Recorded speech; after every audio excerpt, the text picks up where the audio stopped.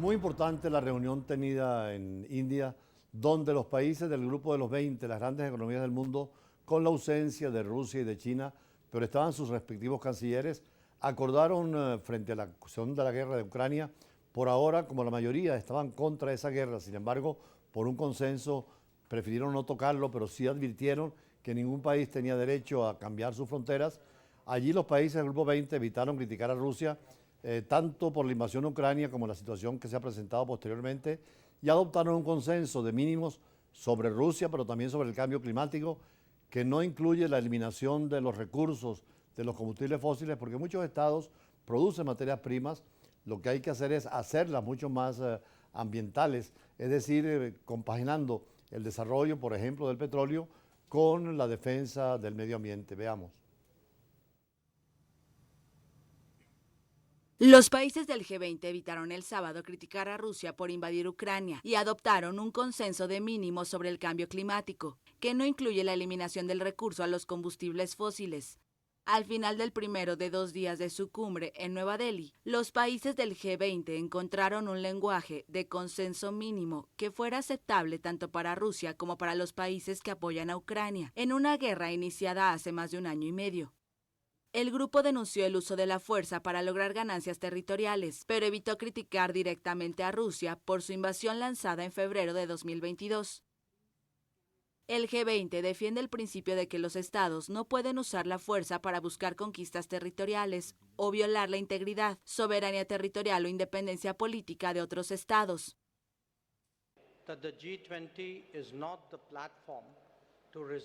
El G20 no es la plataforma para resolver cuestiones geopolíticas y de seguridad. Los líderes reconocieron que pueden tener consecuencias significativas para la economía global. En particular, insistieron en la guerra en curso en Ucrania y el impacto que ha tenido especialmente en los países en desarrollo y menos desarrollados, naciones que aún se recuperan de la pandemia y la perturbación económica.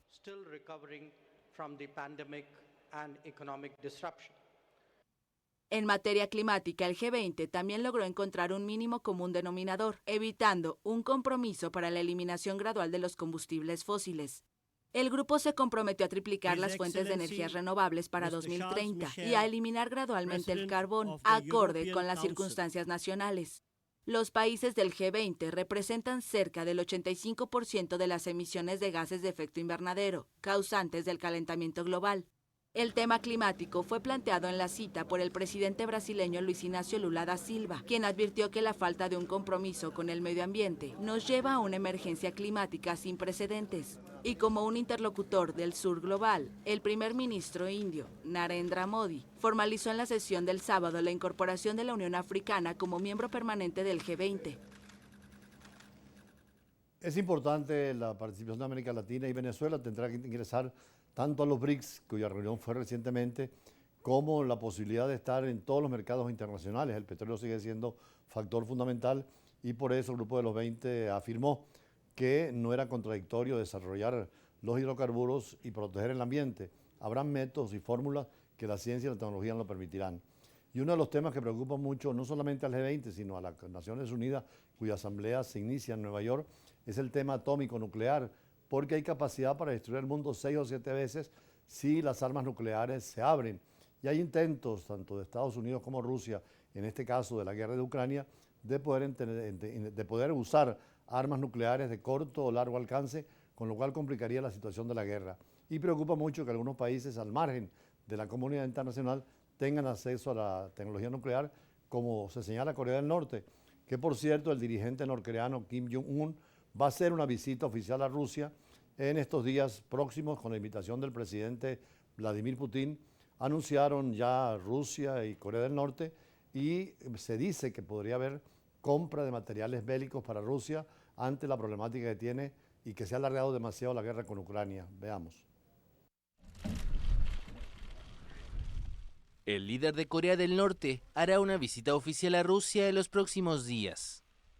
Así lo anunciaron el lunes ambos países, tras días de especulaciones sobre una posible reunión entre Kim Jong-un y el presidente ruso Vladimir Putin para discutir un acuerdo armamentístico.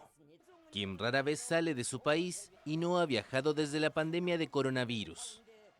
La agencia de noticias surcoreana Yonhap, citando a un funcionario no identificado, dijo que el tren del dirigente parecía ya haber partido hacia Rusia.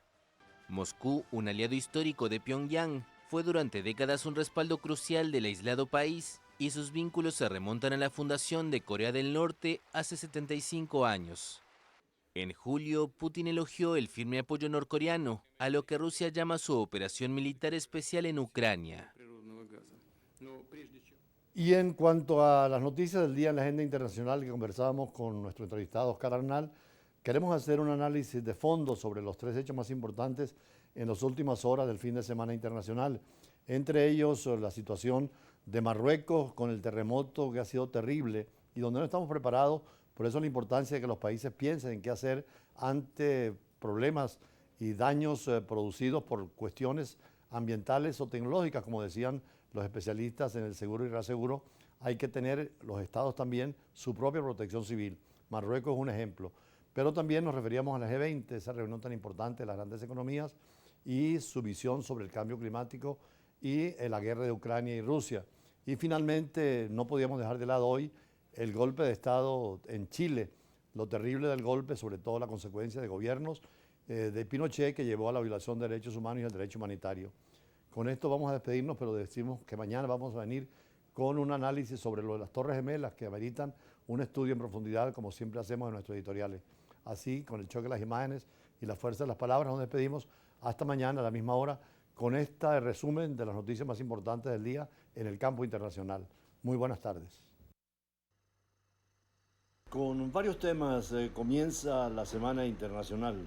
Referirnos primero al tema del terremoto de Marruecos, que fue un sismo de magnitud 6.8 en ese país africano con epicentro a 75 kilómetros al este de Marrakech y que por ahora se han contado 2.000 víctimas, además de unos 3.000 heridos. La asistencia internacional ha sido inmediata y el propio rey Mohamed VI de Marruecos ha ordenado centralizar en una cuenta del Banco del Magreb, Banco Central de Marruecos, todos los donativos en dinero para los afectados por el seísmo del viernes, que como decíamos ya llegan a cerca de los 3.000 muertos.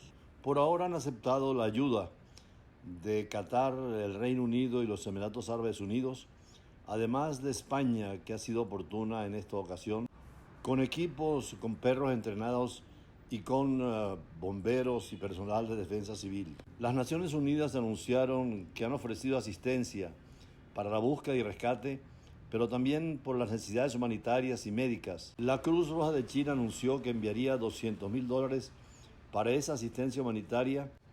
Gran Bretaña ha enviado 60 especialistas de búsqueda y rescate.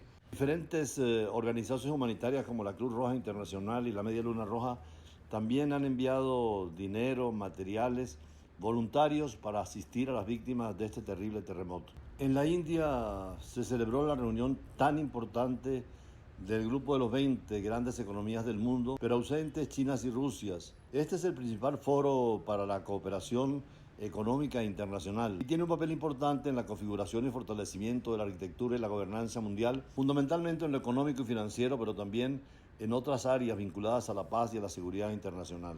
Hay que diferenciar el G20 del G7 o Grupo de los 7, que se creó a consecuencia de la crisis económica internacional y que era formado por las potencias económicas más relevantes, representando el 65% de la riqueza mundial. Allí están Estados Unidos, Japón, Alemania, Reino Unido, Francia, Italia y Canadá.